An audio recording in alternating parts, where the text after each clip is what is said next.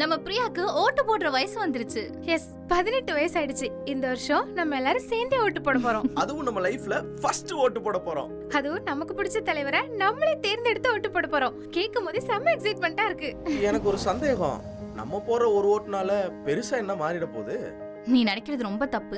நாடு நமக்கு என்ன பண்ணுச்சு அப்படின்றத விட நாட்டுக்கு நம்ம என்ன செஞ்சோம் அப்படின்றதுதான் ரொம்ப முக்கியம். ஒரு இந்திய குடிமகனா வாக்களிச்சு நம்மளுடைய அடையாளத்தை நாம நிலைநாட்டுறதுதான் ரொம்ப முக்கியம். மாற்றம் வரணும்னா முதல்ல நம்ம மாறணும், நம்ம மைண்ட் செட்டை மாத்தணும். இப்படி அலட்சியமா இல்லாம நம்ம எல்லாரும் சேர்ந்து 100% ஓட்டு போடுறதா நம்ம நாட்டுக்கும் வீட்டுக்கும் நல்லது. டேய், கேக் எடுத்து அவளுக்கு ஊட்டு. ஓட்டு போடுவதே நம் ஜனநாயக கடமை. அதை 100% நிறைவேற்றுவதே நம் பெருமை. தேர்தல் நாள் ஏப்ரல் 23. எனது இந்தியா, எனது வாக்கு.